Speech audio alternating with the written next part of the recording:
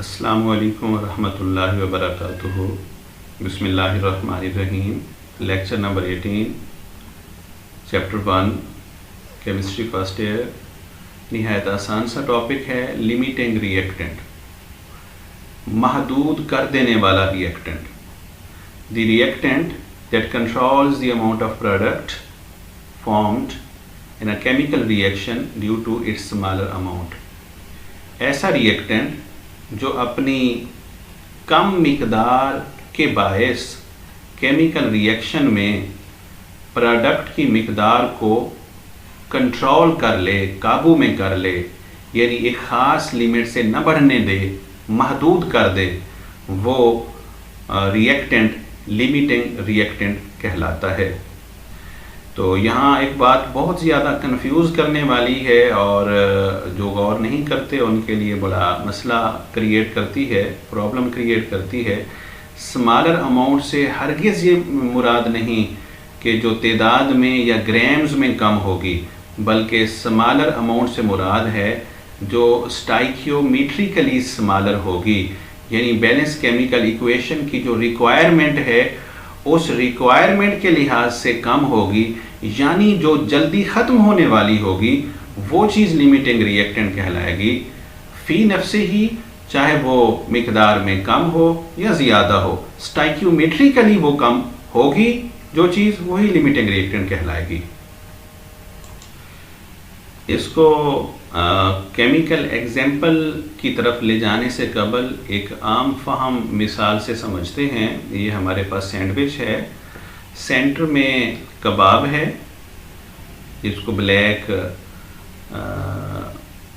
Colour से ज़ाहिर किया गया है, और साइड्स पर दो स्लाइसेस हैं, राइट स्लाइस और लेफ़्ट साइड पे एक स्लाइस। दो स्लाइस और एक कबाब के मिलने से सैंडविच बनता है। ये कबाब था, एक स्लाइस को इस तरफ से ले आए, एक स्लाइस को इस तरफ से ले आए, सैंडविच मेकिंग मशीन के ज़रिए से हमें ये मिल गया। तो अब जब हम इनको प्रिपेयर करने लगे थे तो हमारे पास कुल कबाब कितने थे और कुल स्लाइसेस कितने थे, तो इसको टेक्स्ट बुक की स्टेटमेंट के ज़रिए से हम समझने की कोशिश करते हैं। स्लाइस का पैकेट जब हमने खोला तो उसमें 58 स्लाइसेस थे, और मटेरियल को इकट्ठा करके जब हमने कबाब्स बनाए तो वो बने 30, टोटल 30 बने। मगर इस एग्जाम्पल के मुताबिक एक कबाब को 2 स्लाइसेस रिक्वायर्ड होते हैं एक सैंडविच बनाने के लिए। 30 में से 29 कबाब को उससे डबल यानी 58 स्लाइसेस रिक्वायर्ड थे। जब 29 सैंडविचेस बन गए तो स्लाइसेस तो सारे एंड हो गए, मगर कबाब 30 में से 29 तो यूज हुए, एक स्टिल नाउ बचा हुआ होगा। तो इस एग्जाम्पल में स्लाइसेस लिमिटिंग रिएक्टेंट हैं। क्यों? क्योंकि ये स्टाइकियोमेट्रिकली जल्दी एंड हो गए, ये मिकदार में तादाद में कम हैं। बज़ाहिर बेशक ज़्यादा नज़र आ रहे हैं, ये 30 थे, ये 58 है, नहीं, इस इक्वेशन की रिक्वायरमेंट के लिहाज से ये कम हैं। तो इसके लिहाज से ये कितने होने चाहिए थे? 30 के लिए ये 60 होने चाहिए थे। स्टाइकियोमेट्रिकली जितने होने चाहिए थे उससे कम हैं, लिहाजा ये यहाँ पे लिमिटिंग रिएक्टेंट होंगे। और कबाब चूँकि एक बच जाएगा या कुछ बच जाएंगे, लिहाजा ये एक्सेस हैं, ज़्यादा मिकदार में। इस बॉक्स के अंदर हमने 4 ग्राम हाइड्रोजन और 64 ग्राम ऑक्सीजन ली है, तो हमें पानी मिला है 36 ग्राम। ये 36 ग्राम क्यों मिला है? इस इक्वेशन के मुताबिक 2H2 + O2 gives us 2H2O। Stoichiometrically गुज़श्ता टॉपिक यहाँ पे अप्लाई हो रहा है। तो 2 मोल हाइड्रोजन, तो 2 मोल हाइड्रोजन H2 में, H2 होता है 2 ग्राम, तो 2 मोल्स है तो 2 × 2 4 ग्राम। ये था ही 4 ग्राम, तो ये सारा यूज़ हो जाएगा। और इसको रिक्वायर है 1 मोल O2 का, जो कि बनता है 32 ग्राम। 64 ग्राम ऑक्सीजन में से जस्ट 32 ग्राम ऑक्सीजन इसके साथ रिएक्ट करेंगे और हमें 2 मोल water, I mean 36 gram water मिलेगा। तो इसमें H2 क्या है? Limiting reactant. और O2 क्या है, एक्सेस रिएक्टेंट, ज्यादा क्वांटिटी वाला रिएक्टेंट, क्योंकि अभी भी ये थोड़ा सा बचा हुआ है। और H2 4 ग्राम होने की वजह से, क्योंकि 64 के मुकाबले में 4 कम है, इस वजह से लिमिटिंग रिएक्टेंट है? नो, बल्कि स्टाइक्योमेट्रिकली, यानी 64 के मुकाबले में यहां पे H2 होना चाहिए था 8 ग्राम। तो बैलेंस केमिकल इक्वेशन की रिक्वायरमेंट के लिहाज से ये कम है, स्टाइक्योमेट्रिकली लेस है, और रिएक्शन को स्टॉप कर रहा है और प्रोडक्ट की क्वांटिटी को कंट्रोल कर रहा है, 36 ग्राम से बढ़ने नहीं दे रहा। इस वजह से ये H2 यहां पे लिमिटिंग रिएक्टेंट है।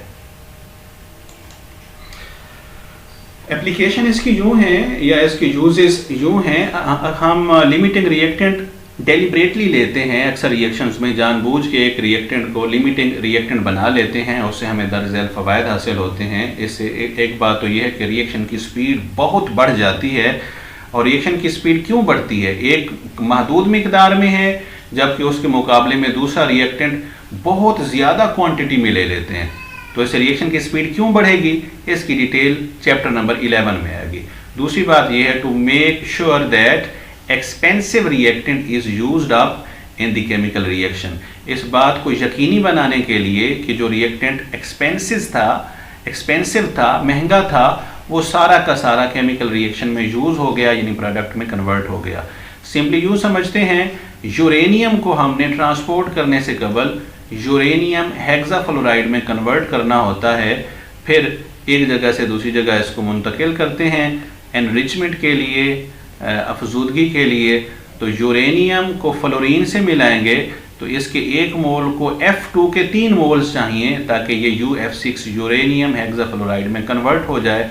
और यूरेनियम चूँकि निहायत महंगी है और निहायत सेंसिटिव है, क्योंकि न्यूक्लियर रिएक्टर में और एटम बम में इस्तेमाल होती है, और फ्लोरीन आम सी चीज़ है, लिहाजा फ्लोरीन को हम एक्सेस में लेते हैं, इसके 4, 5, 10, 15, 20 मोल ले लेते हैं 1 मोल के मुकाबले में, ताकि ये अगर गैस है उड़ भी जाए तो इसकी मैक्सिमम क्वांटिटी अवेलेबल होनी चाहिए, ताकि यूरेनियम यहाँ ना बचे, ये सारा का सारा प्रोडक्ट में कन्वर्ट हो जाए।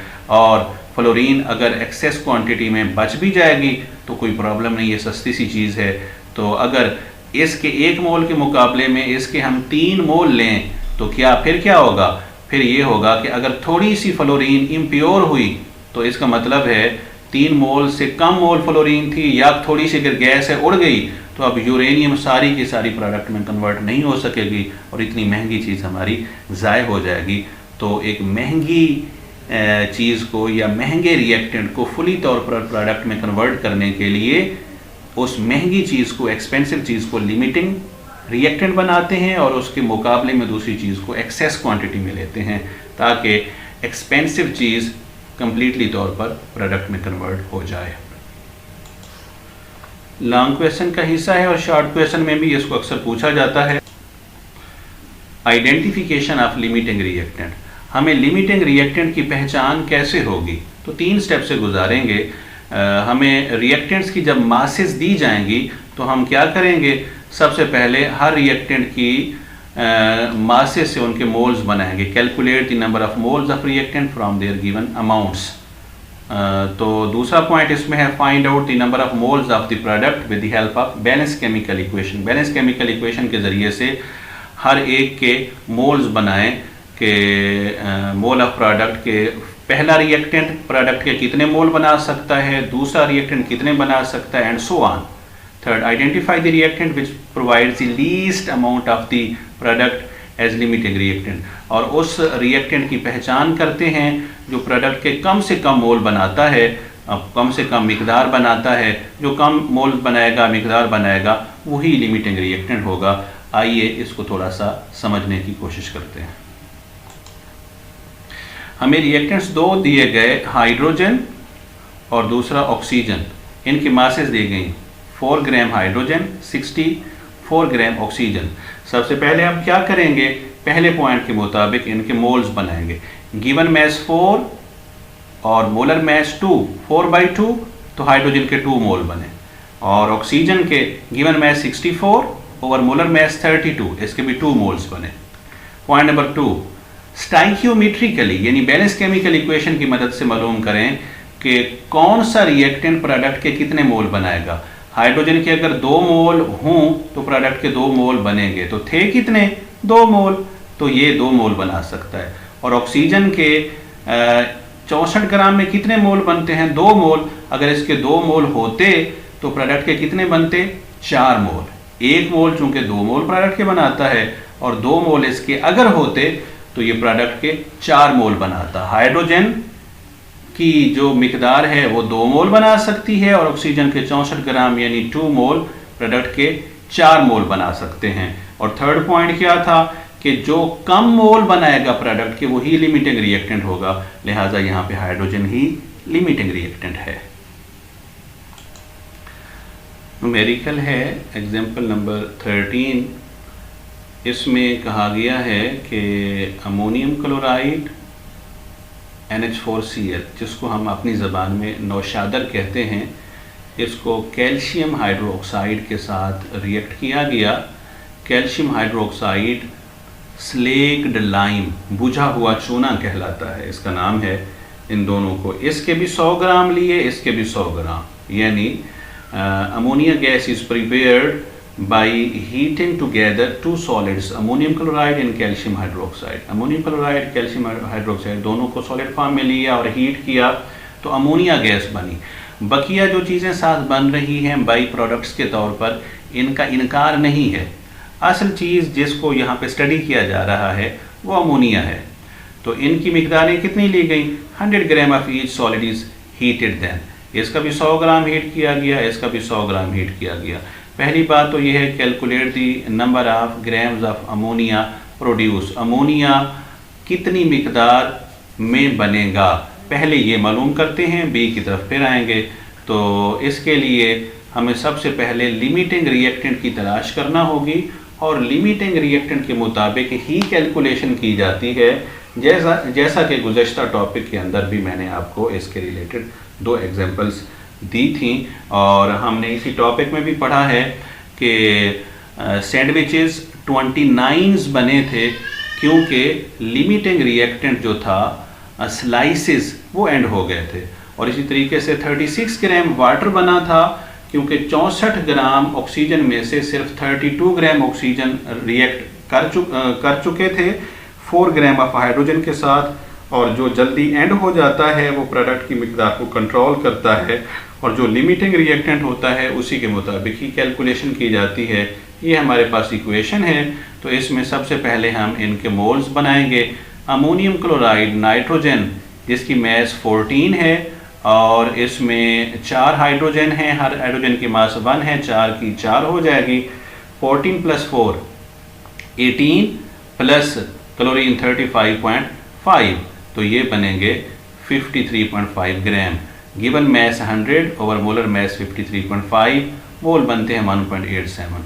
दूसरा है कैल्शियम हाइड्रोक्साइड, कैल्शियम की मास होती है 40, आप पीरियाडिक टेबल में देख सकते हैं, और OH की 17, हाइड्रोजन 16 और हाइड्रोजन 1 और ऑक्सीजन 16, 1 + 16 17, 2 से मल्टीप्लाई करेंगे तो ये बनेगा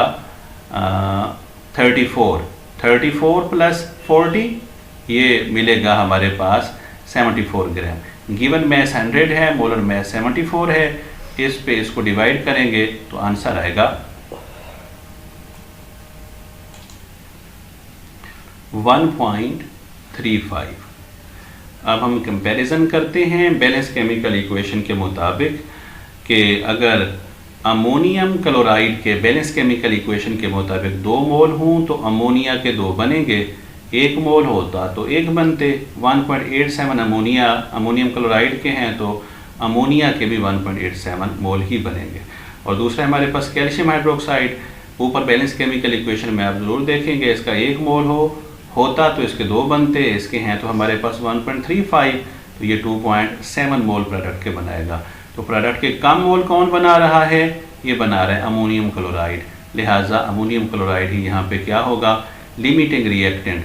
और अमोनियम क्लोराइड अमोनिया के कितने मोल बनेगा 1.87, तो अमोनिया की मिकदार क्या होगी, mass of ammonia produce is equal to mole into molar mass. Mole 1.87 है, मोल अमोनिया के NH3 14 + 3 17, ऐसे मल्टीप्लाई करेंगे 31.79 ग्राम अमोनिया गैस हमारे पास बनेगी, जो कि हमारा आंसर होगी पहले पोर्शन का ए, जोसेफ का ए पार्ट का।